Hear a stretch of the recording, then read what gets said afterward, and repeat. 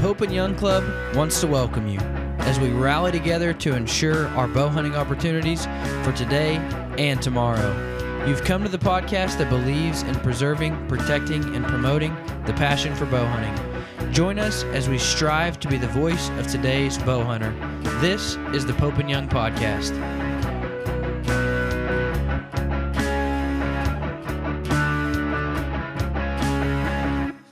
All right, everybody. Welcome to the Pope and Young Podcast. I am not joined by Tim today, my co-host. He is tied up, but I wanted to have on one of our very special guests, one of our outstanding outfitters of the year last year, Mr. Stephen Ward with Ward's Outfitters. Stephen, how are you, man? I'm good, Dylan. How about you guys? Oh, dude, we are absolutely incredible. We, have wrapped up a couple shows now, and one in Utah, one in Minnesota. Pumped out some new measures, and in Minnesota, with that measuring course, we officially now have over 1,000 measures in North America. So, Nice. just a lot going on this year, but it's been all good. Of course, we've announced our DEER SLAM raffle, which is just absolutely insane to me. I would say it's the biggest raffle we've ever put together. We've put together some incredible stuff, but for somebody to get to complete a DEER SLAM, I don't know how you can get any better than that. I mean, that's just crazy cool. And so we'll dive into that just a little bit. You have the coos deer hunt, the cows deer hunt will be with you. And so we're going to talk about what it's like to hunt with you and the rest of the Ward's crew. But how's your season been so far? You have stayed busy. Oh, it was really busy. I think most everybody that hunts with us knows that part of the business is in Arizona and the other part is in Mexico. And between the two countries, it's not hectic. I wouldn't say it's hectic just because we've, over the years, we've really fine-tuned the logistics of everything and how everything's going to work. And your staff really make your company. And we've been blessed with having just great guides and great translators and great just guys helping us with logistics and chefs and my wife's a big part of this whole deal. She really, really helps a lot. And so it is hectic, but it's an organized hectic, I guess. And it was a really good year. Everybody kind of knows that it was a drought, like a major drought in Mexico. I think one of the driest years on record. And man, it made the coos deer hunting phenomenal. There were days, typically on our coos deer ranches in Mexico, we'll see, I would say 60 to 80 deer a day at a good water. This year, because of the lack of water, it wasn't uncommon on some of our ranches to see close to 300 coos deer a day at a water hole. Gosh, it was insane. The American Archer guys, Bob and Boyd McCartney, hunted with us this year. And the footage they got when they put that show together is going to be unreal because they were passing just really, really good bucks. I mean, they had to go to water, right? So it wasn't like, well, I hope that buck comes in again tomorrow or the next day. Well, they had to.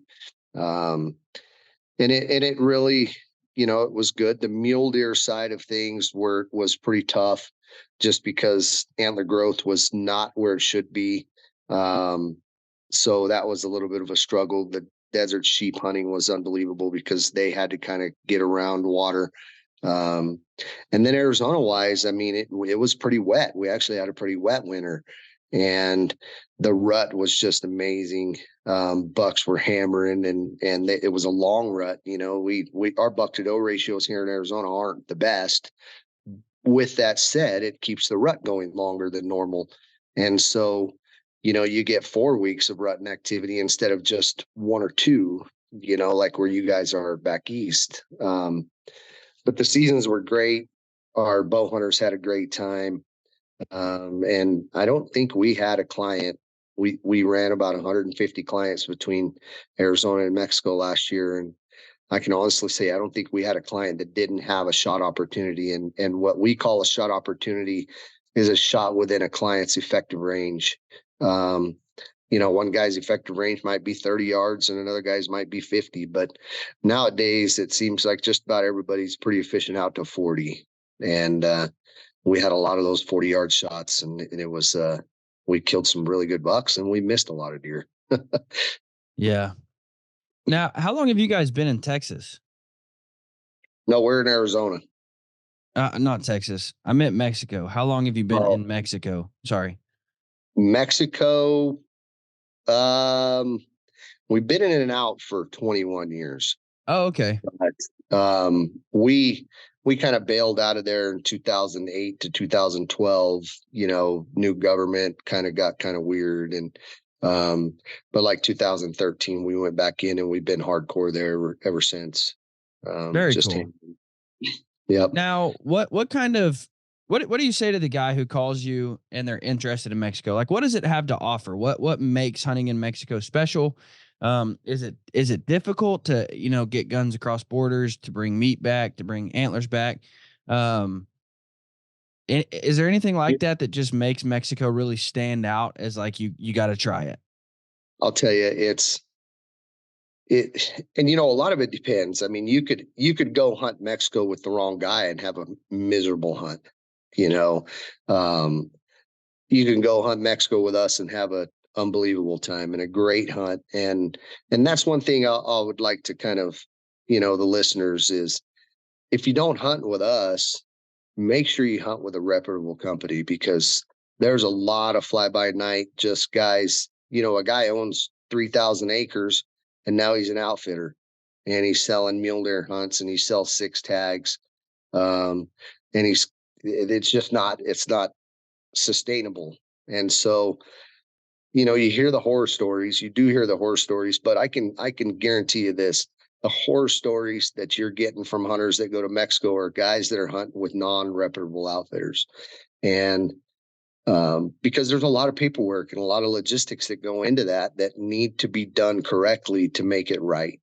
And when a guy calls up and talks to me about Mexico, I straight up tell him, look, the draw to Mexico is the fact that we have over 500,000 acres of property leased. We run this year, we'll conduct 60 mule deer hunts and 20, I'm sorry, 60 Coues deer hunts and 20 mule deer hunts and about 8 sheep hunts. Um, and those are our properties. I mean, we don't own them, we lease them, but we've had them leased for a long time and we've been able to manage them. So, for instance, we have a ranch. It's actually one owner, 5 ranches adjoining, 87,000 acres, and we put no more than 6 hunters a week on that place. And so, just imagine 6 hunters on 87,000 acres. That's the draw. I mean, you don't ever have to contend with anybody else. You're hunting your own area pretty much. Um, we run 130 cameras on that particular property, and we can run more, but batteries are expensive, fuel. Um, and so that's the draw, is we're able to manage those places. And like our mule deer ranches, let's just say 13,000 acres with high densities, we're only going to kill 4 deer. We're going to kill 4 mule deer on 13,000 acres. We feed 365 days a year, water 365 days a year. And so the draw is, 1, you're not hunting overpressured deer. 2, you're hunting highly, highly managed ranches. And 3, if you like to eat, the food's made. Yeah. So, That and I it's, have heard that. I have heard you eat like an absolute king. yeah, you can. And, the thing with Mexico too, Dylan, is everybody thinks, oh, the cartel, I'm going to get dead. I'm going to get down there. I'm going to get kidnapped. You know, the last thing cartel wants to do is get involved with American politics, as far as kidnapping Stephen Ward. Well, guess what? The U.S. government is going to get involved in that, right? There's no way around it. They just kidnapped an American citizen. So, the horror stories you hear about people driving across at Tijuana and getting killed and stuff, those are typically people that are involved in the cartel and doing things, and they just happen to be American citizens. So, I can tell you I've been down there over 20 years. I've never once had an issue. Now, with that said, we do live in the yellow, right? We don't travel at night. When clients fly into Hermosillo, we pick them up.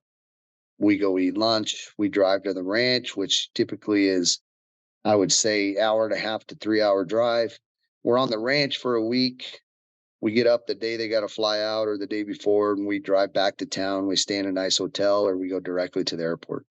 So we don't dabble. If you want to get in trouble, you can find it, But I mean, it sounds crazy these days. I feel safer in Mexico than I do in my own country at times. And I know that's Really?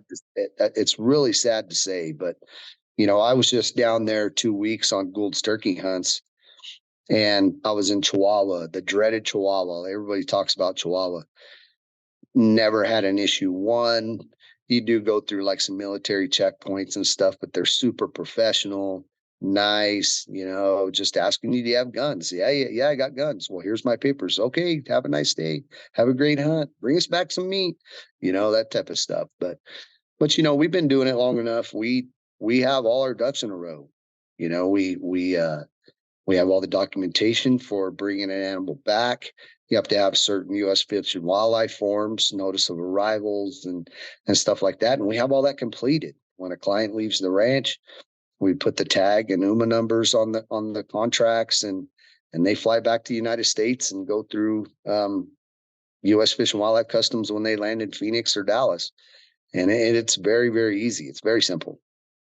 Yeah.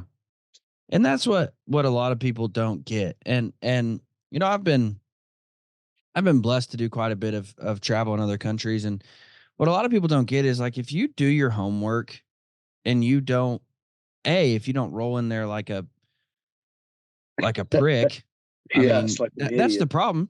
A lot of people Yep. roll in there like like they're owed something because they're visiting there. Yep. But if you do your homework and if you just treat people like you should treat them, then you usually don't have any issues. Because it's almost comical when you're walking. You say you get off the plane and in whatever country it might be, and there's an American being harassed, but you walk right on by, and it's because that person came out like a prick. I mean, like, Yeah. Yeah. for whatever reason, not being respectful, not being, courteous and kind, not wanting to comply because they think that, anyways, that's a It, tangent we could go down forever, but yeah. And it's, when you, those guys that have went to Hermosillo in December and January, the economy in Sonora, Mexico is driven by American hunters December and January in Mexico. And when you fly from Phoenix or Dallas or wherever you're going to Hermosillo and you arrive at that 12:50 time frame, I would venture to say if there's 200 people on that plane, 190 of them are hunters. And so really, there's a ton of hunters coming in and out. Now, I'm telling you, it's all hunters. And so they know their economy is driven by that. They don't want to mess around with that. I mean, because we employ a lot of Hispanics that are native to Mexico, and we pay them really well, and we're buying groceries and we're staying in hotels and we're buying their fuel and we're eating at their little restaurants, and so they just don't want any drama. They want it to go as smooth as possible. And I mean, a lot of times when I drive, because I can drive there. I drive there from my hometown. It takes me to get to Hermosillo, takes me about 4.5 hours. I never have an issue going down. I almost always get harassed when I come back in the United States. It's crazy. And it's like, where you been? What were you doing? Why were you there? I'm like, man, you can see on your computer I cross all the time. Yep. Yeah, I can. But why were you there? Well, it's the same thing every time. Okay, go over there to secondary, get checked. So it's just kind of crazy. But Mexico hunting is, I mean, I would venture to say it's better than most every other place to hunt if you're in the right area, right? I mean, it's just if you're with the right outfitter and you're hunting the right places, it's unbelievable. Yeah. But and our Arizona stuff is really good, man. I mean, everybody. The big thing in Arizona, we always get the question: are you hunting public or private? We're fortunate enough. We've lived where I live my entire life, and we're surrounded by 5 different units. Arizona separated into units, and that's 29, 38, 30B, 31, and 32. Those are our primary go-to deer and bear and javelina and all that stuff units. Of course, elk hunts are up north, but we're fortunate enough that we have access to some private ground. But if people Googled how much public ground is in Arizona, they'd freak out. I mean, it's there's so much of it that 99.9% of the time in southern Arizona, your public ground is as good or better than the private. And we kind of have to get that through guys' heads. It's not like going to Michigan and hunting 50 acres or 10 acres or 80 acres, right? I mean, here in southern Arizona, we're hunting millions and millions of acres. And so it's really good. And we've lived our whole lives. And, it's just my father was a big hunter and basically taught us a lot of areas. And then we just kind of branched out and found more stuff. And it's really, really good hunting. Yeah. Now, one thing that I wanted to ask you about that and I believe we might have talked about this on the last podcast, but I still want to jump into it. You recently kind of took on a new level of challenge by picking up the old recurve, man. How's that going? It's You're one of those guys. First off, let me just say this. You're one of those guys that I just hate even being friends with on Facebook because it's like, dude's always killing something, It's like, it's unfair. Like, how do you always find something like that to kill? I think that, we kind of touched on it that I lost there. I lost the love of hunting about 10 years ago for myself. And, I was so in tune to building a business and I still got that adrenaline rush when I was side by side with a client and, saying, hey, draw back. He's 30 yards, settle the pin, pick a spot, blah, blah, blah, blah, blah. I still got that feeling, right? Well, it kind of started to, after a while, it's not the same feeling. And Right. even, I mean, I don't have an issue with compound bows because I've killed a gob of animals with them, and that's all I used to hunt with, right? But it got easy. I just felt like it got easy. And I mean, when I put my mind to harvesting a specific animal, that animal was going to die. And it was sometimes, I mean, I'm not trying to sound arrogant. It just came easy to me. Sheep hunting was 2.5 days, 3 mule deer in a total of 4 days, coos deer, just antelope in 2 days. And these are not, and then became like, it was like a trophy deal, right? Like, well, because of who I am, because of what I do, I can't go just shoot a young deer. I have to trophy hunt. And it just took the love away, right? And so Harv Evers, obviously, him. Everybody in our community knows him. He's hunted with me a bunch, and I told him, I said, I tried recurve hunting years ago, and I porcupined a javelina, and it just wasn't for me. And he's like, man, you got to really, you got to just try it and do it again and work at it. And so when my parents passed, I had that custom bow built, a custom recurve by Wild Horse Creek Bows made with wood from their urns. And at that point, I decided I'm never going to pick up a compound bow again. And I'm going to become efficient with a recurve. And my goal is to kill a coos deer. And so I can tell you, man, that was, I have so much respect for traditional guys. And I had respect for them before, but to be honest with you, they were kind of a pain in the butt when they came in hunter with us, just because we had to have them closer and we had to have different setups and, bigger blinds and all this stuff. And we still catered to them and did everything we needed to, but it was always like, it was kind of a joke in camp, right? Like, hey, we got this guy, he's coming to spot and stock muleys. All right, cool, man, cool. He's a trad guy. Come on, man, why are you giving him to me? And so, but now, if I could do nothing but traditional bow hunters, I would, because it's so much, there's so much respect and it's so rewarding. And, and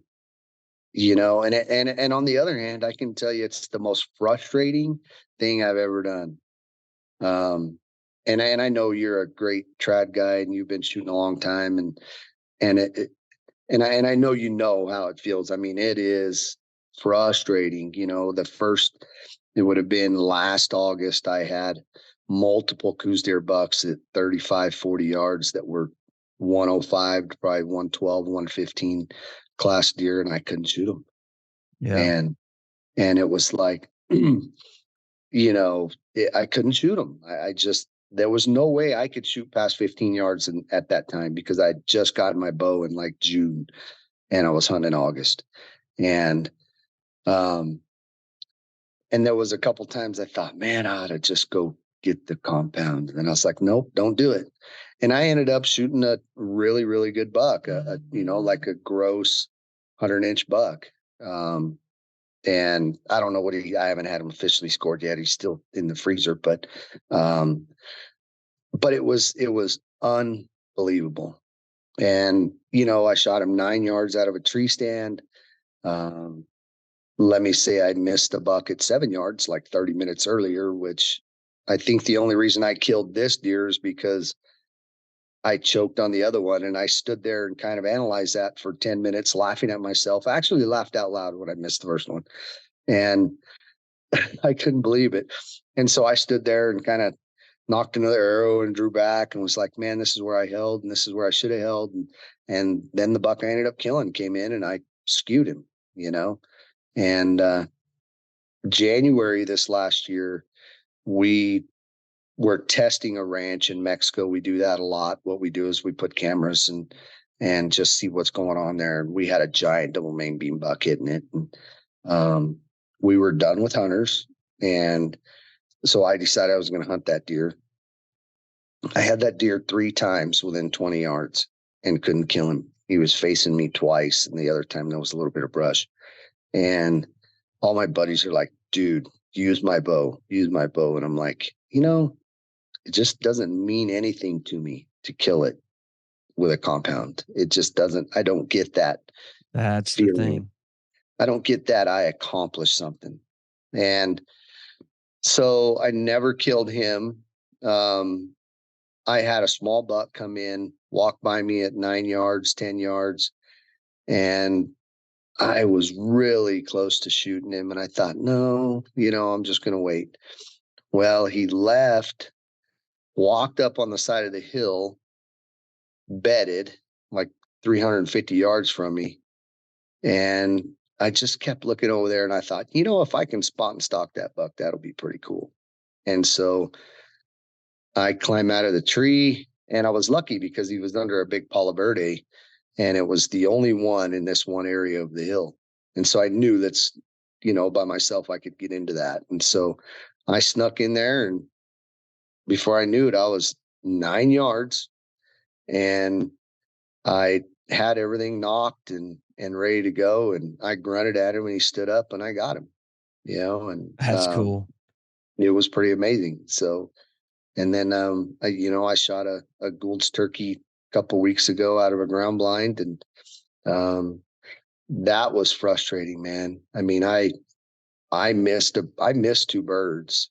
I mean, they just, I don't know. I took feathers off them, and I kept thinking, gosh, if I was with a compound, he'd be dead, but it wouldn't have meant anything. And so, I mean, I have mad respect for you guys that are trad bow hunters. It's there's for me personally, I'll never shoot another animal with a compound in my life ever. Um, and it's I can't tell you how much I love it. It's open. It's really fired me back up and and put that spark back into me. You know. I will say this, and it comes down to exactly what you just said. Now, I will make a note. I still hunt quite a bit with a compound, just because I like it. I mean, Yeah. I still do enjoy compounds, but it's exactly what you just said. You just don't get the same amount of joy out of it. And I remember thinking to myself, like, I would see a deer and I would think, man, if only I had my recurve, I'd be shooting that deer. Like, Yep. and I thought, like, here's a deer at, 15 yards, and I don't shoot it only because I wouldn't get the same amount of rush as I would if if I had my recurve. And I just thought, Exactly. Exactly. man, that's really stupid. Like it's really almost stupid to even take this anymore. And so that's where I was. And it was just like, I remember telling my wife, like, I was going on an elk hunt and I'm like, okay, I would rather shoot a cow with my recurve than a giant bull with my compound. Like that's the Yep. point I was at in my life. And I'm like, so why would I take my compound? Like why on earth would I Yeah. take it? Because I'm gonna get mad if a bull hangs up at 40 and I can't shoot it. Like, Yeah. Yep. but that's stupid to me. And so that was the point I was at. And you just realize, man, if that's what hunting has become, like why wouldn't I want to take the recurve? And so, yeah, I Yep. mean, 80% of what I do is with a recurve, and it's for that reason. It lets me enjoy hunting more. It just simply Yeah. does. I think it's, what kind of sparked the interest to me is when in 2018, I drew a desert sheep tag here in Arizona. And prior to that, I mean, it sounds kind of bad, but prior to that, everything I was killing was, you know, 50 to 90 yards. And I mean, when I practiced a lot, I know some people really disagree with that, but that's kind of how we do it in Arizona. Um, if it was within 100 yards, not alert with good weather, obviously no wind, it was pretty really, really, really high odds it was going to get dead. And I shot that sheep at 18, and I thought, if I had been efficient with the traditional ball, I probably could have killed that. And then in 2019, I think it was, I drew that antelope tag, and during our archery antelope season, our archery deer season's open. And the first morning of the hunt, I have a 150 class mule deer buck. I got in front of them and I knew where they were going. They were going to go through a big ditch, and there was only two ways for them to get through it. And so I got over there and got in front of them, and I shot this buck at like 19 yards. And it's kind of like fired off in my head again. Like, man, if I'd had a recurve, you Yeah. know, and now that I'm doing it, I'll tell you, man, it's been like I was so dumb at recurve stuff. Like I'm like why is this arrow flying like that? Okay, let's try to tune it. Well, there's a lot of difference, to tuning that and tuning a compound, and they'd be like, hey, you're consistently shooting. I'd call Harv, hey man, I'm consistently at 15 yards shooting 8 inches left.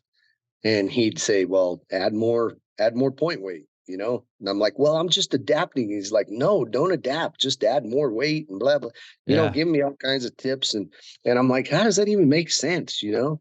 But it's it's been amazing.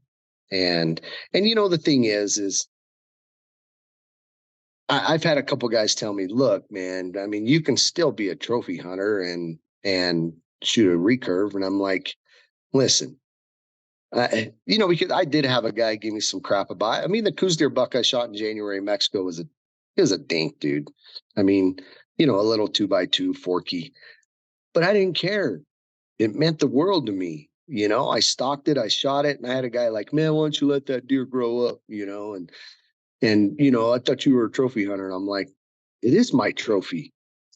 My trophy, man. I mean, your trophy, just because it doesn't make the book doesn't mean it's not a trophy, you know? Right. And I think our sport has really, really kind of been driven that way, right? It's, instead of just telling a dude, man, great job, good job, man. I'm proud of you. Oh, there's a lot of guys that still, give you those props, but there's always those keyboard warrior type dudes that are going to talk smack and stuff. But, um, I mean, that's recurve stuff. And I just recently got a longbow made, and honestly, I'm struggling with it. And, um, I've got it figured out now. So Randy Cooling is a good friend of mine and a client, and I think Randy. Um, they come out with a new arrow line called Safari Tough, and I was talking to him, and he gave me some 500 spine Safari Tough arrows, and with inserts and weighted inserts and slip collars and all kinds of stuff. And I finally got that longbow to shoot for me, and so now I'm pretty excited. That's awesome, man. Now, has your one thing that does it for me too is there becomes a switch where used to you are more comfortable with the compound. And I can remember the first year that I spent all year practicing with a recurve. And then I had a doe in front of me like 10 yards and I had a compound, and I'm like, if I had my recurve, I'd feel comfortable. I don't feel comfortable shooting this. Like I felt more comfortable. I drew back, and I remember thinking I was full draw with my compound. I remember thinking, if I had my recurve, I'd be a lot more comfortable right now. Like there was a switch where used to this thing that made me uncomfortable now became the new thing that, you know, made me comfortable.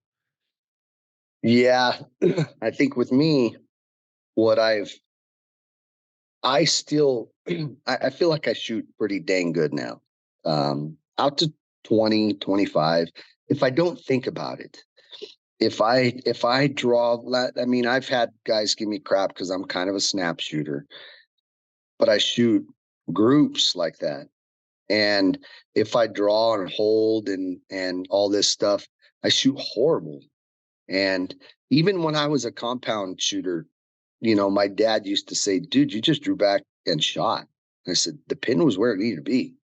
I mean, I don't need to waste any time. And he's like, well, try this answer release. Well, I couldn't shoot that. And I've never been, even with a compound bow. That's why I sucked at target shooting, because I wasn't a spot picker, right? I was like, put it in the vitals and kill it. And I'm kind of the same way with the recurve and stuff. And what I have noticed is now when I sit with clients, where I would see a deer at 30 yards and normally be like, hammer him. And I'm sitting with guys with compounds. Now I catch myself being more patient, like, let him come closer. He needs to be Yeah. 20. But then I'm like, dude, oh yeah, shoot him, And so that's kind of got me kind of weird, um, but I mean, I feel pretty comfortable, but I still have a lot of learning to do. I've been fortunate enough to kill 3 animals in the last, year. Um, but it hasn't, not without misses. I can tell you that. I mean, I've missed them. So, um, but it's unbelievable. I mean, it really, really is. And I think that if there's anybody listening that has ever questioned, like, would I really like that? When you get to that stage in your life where it's more than just killing, more than just, I can say that, more than just killing, then pick up a recurve or a longbow and go traditional, and start to experience kind of the challenge of having to get in tight, and the frustrations of missing, and and the practice. I mean, anymore, man, a guy can pick a compound bow up and not shoot it for 6 months, go out and shoot 5 arrows and be golden. Can't do that with a Mm-hmm. recurve. Cannot do that with a recurve. Nope. And, I'll tell you what's been really, really cool is being able to find my damn arrows when I miss. you know, um, they're not, you can go out and shoot stumps now. You can go out and just shoot it whatever you want. 99% chance you're going to find your arrows. I think that's like really fun. Yeah. Yeah. And it's exactly what you just said. It just brings back a little bit of fun. Like, man, because I've explained it like this before. You used to have a euphoric high. Like when you would go out and shoot and you would hit the target, it would be like, you just had this high, dude. Holy crap, I just hit the target. Well, Yep. like you said, with a compound, that just goes away. I mean, okay, I hit the target. I mean, that's what I'm supposed to do. And that just kind of goes away. But when you start shooting a recurve, it brings back that euphoric joy of just, holy crap, I just hit a target. Like, Yes. and it brings back that joy of just going out and shooting and having fun. And it's done it for so many people. And Yep. I firmly believe it would do it for anybody listening. And that's what, dude, there's just something a little different. Like, there's just something a little bit different when you walk into the woods holding a stick bow rather than a compound. Like, it just makes you feel, I don't know. I don't want to say one with nature. That sounds cheesy, but there's a different feeling, and you almost feel like this is how it's supposed to be. You know what I mean? I kind of feel like, when you're not, I don't know. I mean, maybe I'm hitting at it wrong, but when you go on a hunt with a rifle, you expect to kill, right? You pretty much know that. I mean, if you're going to hunt with us, Ward's Outfitters, you come hunt with a rifle, 99.99999% chance you're going to kill whatever you were hunting. You come with a bow, and let's say an outfitter, the client comes, he's expecting to get a shot opportunity or two. And and a really, really confident bow hunter is expecting to get something killed. The recurve guy shows up and he just wants to make some stocks because he knows, I mean, we all know, I mean, we know as traditional guys that the odds of us killing have been greatly reduced, like significantly reduced when you go from rifle to compound to trad. And it seems like those trad guys, they come in hoping to get an opportunity. And if they don't, and they got to go on some stocks and they got within 40 yards, 50 yards, they know if they were compound bow guys, they would have gotten a really good opportunity to harvest that animal. And, all the trad guys I've ever had have never complained if they didn't kill. And it's because they know that they've put themselves in that position.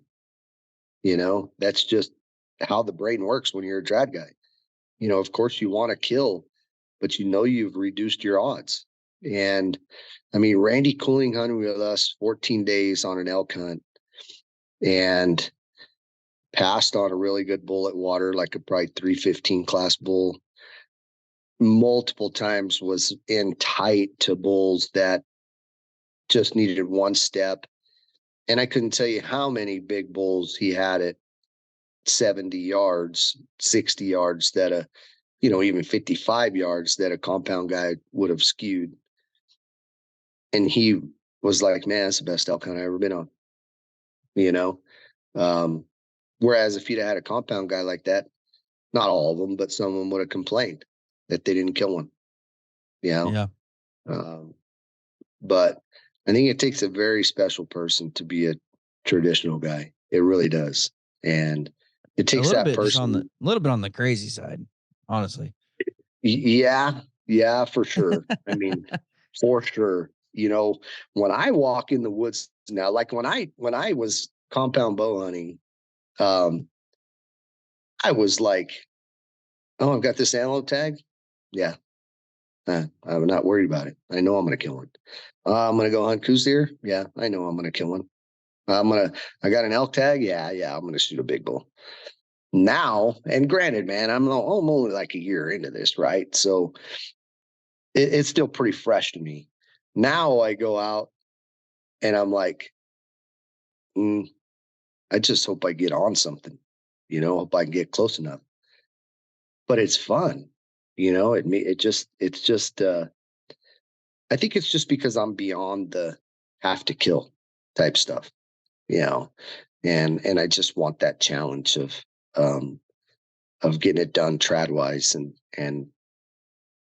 like you and I both said, the enjoyment of when you actually make a good shot and you watch the animal run off, it's dead, and you go over there and recover it. Man, it's like winning the lottery, dude. I mean, it Yeah. really is, Yeah, it is. but So to kind of hit on our Deer Slam raffle, we have what we are raffling off. Here's how it works. When you buy your raffle tickets, which first off, it's $20, which yeah, is incredibly cheap. But when you buy your raffle tickets, you're going to go ahead and specify what deer species you have killed. So if you've only killed a whitetail, you're going to put down whitetail. If you've only killed a coos deer, you're going to put down coos deer. If your name is drawn as the winner, you're going to go on all of the hunts that you've never harvested that deer species of. So if you've only killed a whitetail, that means you get to hunt coos deer, mule deer, Colombian blacktail, and Sitka blacktail. You get to go on 4 hunts for a $20 ticket. That's insane. If that's you've that's killed, gotta be that's gotta be the and here's what's crazy is, I mean, I contributed to this and I didn't know that's how it worked. I thought it was a guy picked what's one species that he wanted to do. Um, this is crazy, man. I mean, it's gotta, that now that that's insane. I need to kill, I need to kill a Sitka. So, um, that's crazy. I mean, that $20, man. And I mean, think of the guy that's only killed an eastern whitetail. What he's getting for $20 if he wins this raffle. yeah, insane. And even if you've only got 1 deer left, that's a deer hunt for $20. Now, Exactly. guys, listen. I also just want to note this. Even if you don't get drawn, you're still donating to an incredible cause. You're donating to protect your rights as a bow hunter and for future bow hunters. Now, Yep. the way that it's going to work as well. So say person A gets drawn and they've killed a mule deer and a whitetail. So they get to go on 3 hunts. They get to go on Sitka, Colombian, and coos deer. Now, they didn't take the whitetail and the mule deer. So we will then draw another winner and they will get to go on the whitetail or the mule deer. We'll then draw a third winner and they'll get to go on the last hunt. So it's very possible that if Stephen Ward wins it and he's going on the Sitka hunt, we've still got four animals to give away. So it's very possible there's 5 winners. That's nice. That's Now, awesome. so for $20, there's also a chance at several different winning drawings, not just the main one pool. Now, Yep. we also have a gun that we're going to raffle off. So there'll be another winner for a custom engraved CZ shotgun, CZ Redhead Premier 20 gauge shotgun. So there could be up to 6 winners. If Stephen Ward gets the number 1 prize and there's 4 hunts remaining, and then we have a shotgun, there could be up to 6 winners. So guys, this raffle is just insane. And you're going with some of the world's best outfitters. We didn't want to use just some everyday Joe Schmo outfitter for this. We're using Stephen Ward was one of our outstanding outfitters of the year last year. We went to our best of the best. So you're going to get to have the opportunity to complete your deer slam for $20. It's a $20 ticket to have the chance at completing a deer slam, which is just insane. So guys, I would highly encourage you. I'll put the link to buy tickets in the description below, but I would highly encourage you to go over and get entered to win the Deer Slam raffle, because that's just, can you imagine the story? Can you imagine if somebody's only killed a whitetail or a mule deer and they get to go on 4 deer hunts? They're going to say, "Hey, I completed my deer slam. I only paid $20 for it." Like, what? Yeah. No, I think it's a great thing. And, we, as bow hunters, if you're listening to this podcast, you're more than likely a bow hunter, and you're probably a Pope and Young member, but it's up to us to go out and recruit more members. And so I've got a bunch of applications. We just finished our season. I don't know how many, but part of what our company does is every person that comes into our camp that's not a Pope and Young member, we buy a membership for them. On our last Gould's turkey hunt, we had guys that didn't even bow hunt, but we offer it to them because they believe in these clubs and stuff. One guy shoots a compound every once in a while, but I'm like, here, you remember Pope and Young? No, I'm a member of SCI and I'm a member of the Rocky Mountain Elk Foundation. I said, well, and then they asked me, tell me about it. And so I'm like, look, man, fill out this application. It's up to you to renew it, but we would like to, pay for your first year. And that particular guy bought 5 years. And I paid for 1 and he's paying for 4. And so it's up to us, members of our Pope and Young community, to promote Pope and Young, to save our sport. And, I would challenge a lot of you other outfitters, anybody that's listening, do the same thing, man. I mean, it's $30 membership for these people. Get them involved. Let them get the magazine. Let them see what's going on, and, take care of our own. We have to do that or we're going to lose it. Yeah, absolutely, man. And that's something that, man, we take it for granted so much, dude. We really do. Just that the freedom and the right that we have to hunt, we take it for granted. And, well, I, need I say, we take for granted all of our freedoms, but Yes. definitely our freedom to hunt and our right to hunt. Why? Because, well, it's always been there. We just expect it always will be there because it always has been there. Well, that's not the case. No. You can just go back a couple generations and they can remember when it wasn't legal to take archery equipment into the field. Hence why this was started. I mean, ask um Harv Ebers. Ask him Yeah. Yep. about Pope and Young and why it started. Because he's gonna tell you, well, I helped start Pope and Young because I wasn't able to bow hunt. I really wanted to bow hunt. Um and guys, it hasn't always been there, and it doesn't mean it always will be here. So we got to do something to protect our rights, and we need your help. And this Yes. raffle is a great way. Yeah, you have a chance to win some incredible prizes, but that money is all going to go to the furthering of protecting your rights for bow hunting. So I would highly encourage you to go over and get your tickets. But guys, definitely go check out Stephen Ward's Outfitters. Just don't be friends with him on Facebook because you will get jealous of all the stuff he kills. I promise you, it's like, well, Stephen killed another animal. But guys, go check out Stephen Ward. Go check out Ward's Outfitters. Go check out the Deer Slam raffle and make sure and get your tickets. But guys, thank you so much for listening. Y'all have a fantastic week. Take care.